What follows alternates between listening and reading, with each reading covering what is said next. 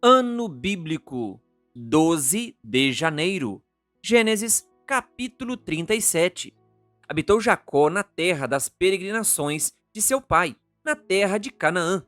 Esta é a história de Jacó. Tendo José 17 anos, apacentava os rebanhos com seus irmãos. Sendo ainda jovem, apanhava os filhos de Bila e os filhos de Zilpa, mulheres de seu pai, e trazia más notícias deles a seu pai. Ora, Israel amava mais a José que a todos os seus filhos, porque era filho da sua velhice, e fez-lhe uma túnica talar de mangas compridas. Vendo, pois, seus irmãos que o pai o amava mais que a todos os outros filhos, odiaram-no e já não lhe podiam falar pacificamente. Teve José um sonho e o relatou a seus irmãos, por isso o odiaram ainda mais. Pois lhe disse: Rogo-vos, ouvi este sonho que tive. Atávamos feixes no campo, e eis que o meu feixe se levantou e ficou em pé, e os vossos feixes o rodeavam e se inclinavam perante o meu. Então lhe disseram seus irmãos: Reinarás, por efeito, sobre nós? E sobre nós dominarás realmente?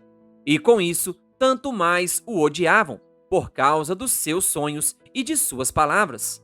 Teve ainda outro sonho e o referiu a seus irmãos, dizendo: Sonhei também que o sol, a lua e 11 estrelas se inclinavam perante mim. Contando-o a seu pai e a seus irmãos, repreendeu o pai e lhe disse: Que sonho é esse que tiveste? Acaso viremos eu e tua mãe e teus irmãos a inclinar-nos perante ti em terra? Seus irmãos lhe tinham ciúmes. O pai, no entanto, considerava o caso consigo mesmo. E, como foram os irmãos apacentar o rebanho do pai em Siquém, perguntou Israel a José: Não apacentam teus irmãos o rebanho em Siquém? Vem, enviar-te-ei a eles. Respondeu-lhe José: Eis-me aqui. Disse-lhe Israel: Vai agora e vê se vão bem teus irmãos e o rebanho, e traze-me notícias. Assim o enviou do vale de Hebrom, e ele foi a Siquém.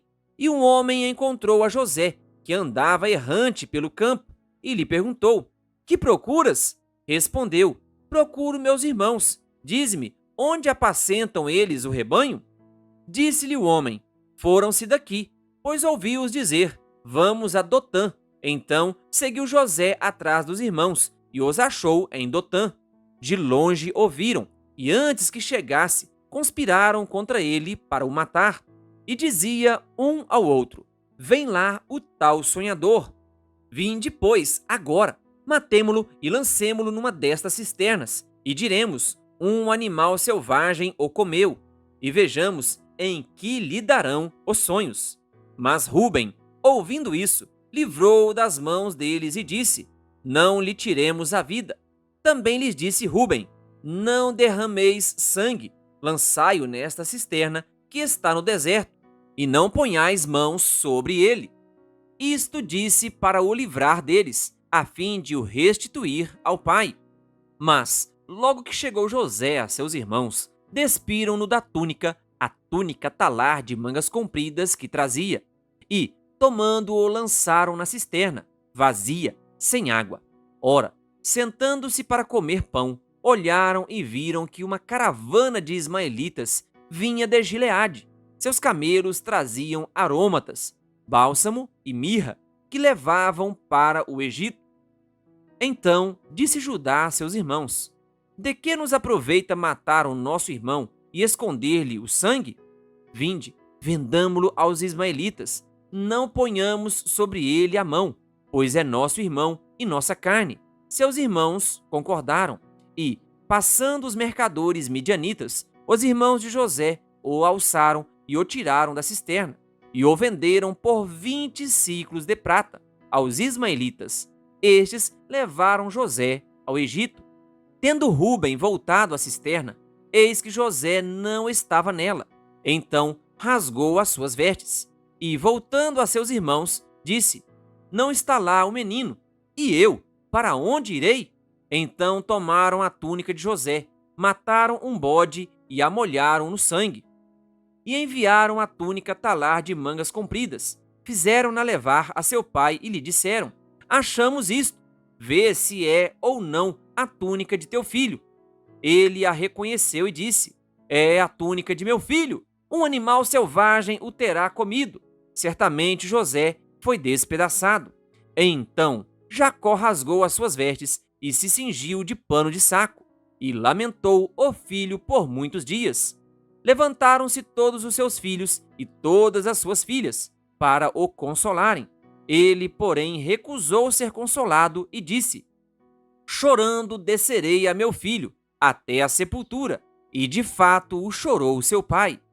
Entrementes, os midianitas venderam José no Egito a Potifar, oficial de Faraó, comandante da guarda. Gênesis, capítulo 38. Aconteceu por esse tempo que Judá se apartou de seus irmãos e se hospedou na casa de um adulamita, chamado Ira. Ali viu Judá a filha de um cananeu, chamado Sua. Ele a tomou por mulher e a possuiu. E ela concebeu e deu à luz um filho, e o pai lhe chamou Tornou a conceber e deu à luz um filho. A este deu a mãe o nome de Onã. Continuou ainda e deu à luz outro filho, cujo nome foi Selá. Ela estava em Quezibe quando o teve. Judá, pois, tomou esposa para o seu primogênito. O nome dela era Tamar. Porém, o primogênito de Judá, era perverso perante o Senhor, pelo que o Senhor o fez morrer. Então disse Judá a Onã: possui a mulher de teu irmão, cumpre o levirato e suscita descendência a teu irmão. Sabia, porém, Onã que o filho não seria tido por seu, e todas as vezes que possuía a mulher de seu irmão, deixava o sêmen cair na terra, para não dar descendência a seu irmão. Isso, porém, que fazia era mal perante o Senhor, pelo que também a este fez morrer. Então disse Judá a Tamar, sua nora: permanece viúva em casa de teu pai, até que Selá, meu filho, venha a ser homem. Pois disse: para que não morra também este, como seus irmãos. Assim, Tamar se foi, passando a residir em casa de seu pai. No correr do tempo, morreu a filha de Sua, mulher de Judá, e, consolado Judá, subiu aos tosquiadores de suas ovelhas, em Tina, ele e seu amigo Ira, o adulamita, e o comunicaram a Tamar: eis que o teu sogro sobe a Tina para tosquiar as ovelhas. Então ela despiu as vestes de sua viuvez e, cobrindo-se com um véu, se disfarçou e se assentou à entrada de Enaim, no caminho de Tina, pois via que Selá já era homem, e ela não lhe fora dada por mulher. Vendo-a Judá, teve-a por meretriz, pois ela havia coberto o rosto.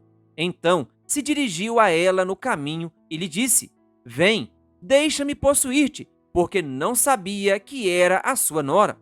Ela respondeu: que me darás para coabitares comigo? Ele respondeu: enviar-te-ei um cabrito do rebanho. Perguntou ela: dar-me-ás penhor até que o mandes? Respondeu ele: que penhor te darei? Ela disse: o teu selo, o teu cordão e o cajado que seguras.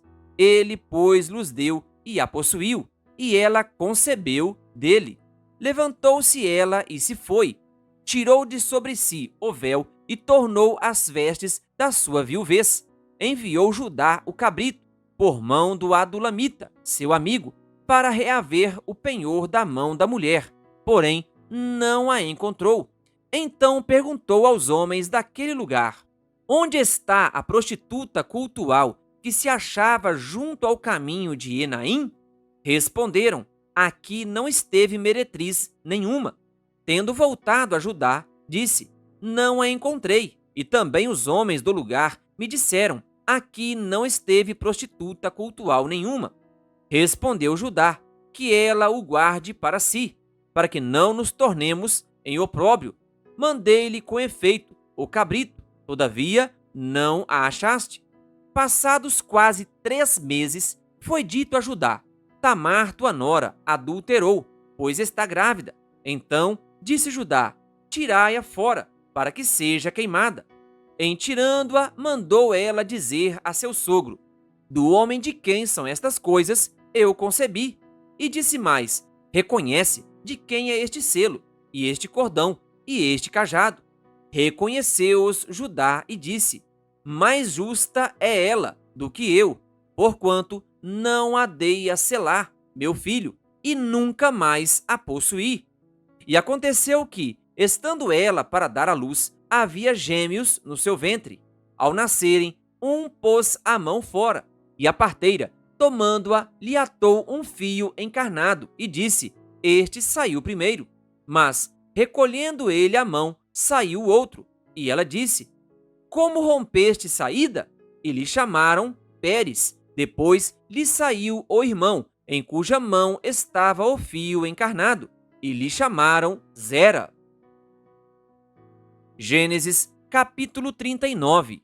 José foi levado ao Egito, e Potifar, oficial de Faraó, comandante da guarda egípcio, comprou-o dos ismaelitas, que o tinham levado para lá.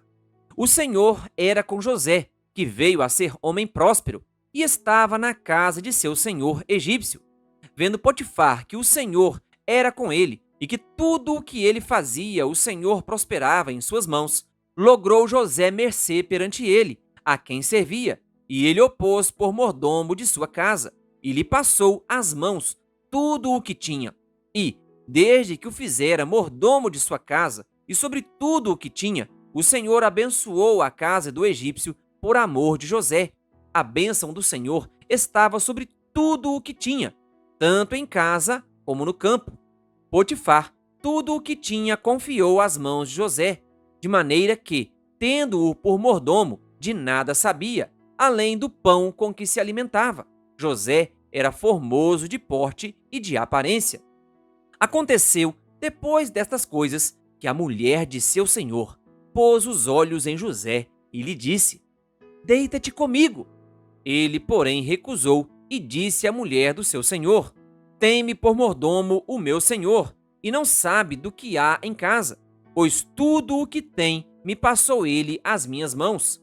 Ele não é maior do que eu nesta casa, e nenhuma coisa me vedou, senão a ti, porque és sua mulher. Como, pois, cometeria eu tamanha maldade e pecaria contra Deus? Falando ela a José todos os dias, e não lhe dando ele ouvidos para se deitar com ela e estar com ela, sucedeu que, certo dia, veio ele à casa para atender aos negócios, e ninguém dos de casa se achava presente. Então ela o pegou pelas vestes e lhe disse: deita-te comigo. Ele, porém, deixando as vestes nas mãos dela, saiu, fugindo para fora. Vendo ela que ele fugira para fora, mas havia deixado as vestes nas mãos dela, chamou pelos homens de sua casa e lhes disse: vede, trouxe-nos meu marido este hebreu para insultar-nos. Veio até mim para se deitar comigo, mas eu gritei em alta voz. Ouvindo ele que eu levantava a voz e gritava, deixou as vestes ao meu lado e saiu, fugindo para fora. Conservou ela junto de si as vestes dele, até que seu senhor tornou à casa. Então lhe falou, segundo as mesmas palavras, e disse: o servo hebreu que nos trouxeste veio ter comigo para insultar-me. Quando, porém, levantei a voz e gritei, ele, deixando as vestes ao meu lado, fugiu para fora. Tendo o Senhor ouvido as palavras de sua mulher, como lhe tinha dito, desta maneira me fez o teu servo. Então se lhe acendeu a ira. E o senhor de José o tomou e o lançou no cárcere, no lugar onde os presos do rei estavam encarcerados. Ali ficou ele na prisão. O Senhor, porém, era com José, e lhe foi benigno, e lhe deu mercê perante o carcereiro, o qual confiou às mãos de José todos os presos que estavam no cárcere, e ele fazia tudo quanto se devia fazer ali. E nenhum cuidado tinha o carcereiro de todas as coisas que estavam nas mãos de José, porquanto o Senhor era com ele, e tudo o que ele fazia, o Senhor prosperava. Querido ouvinte, que Deus lhe abençoe. Se inscreva em nosso canal e ative o sininho das notificações, canal O Bom da Bíblia, compartilhando a palavra de Deus.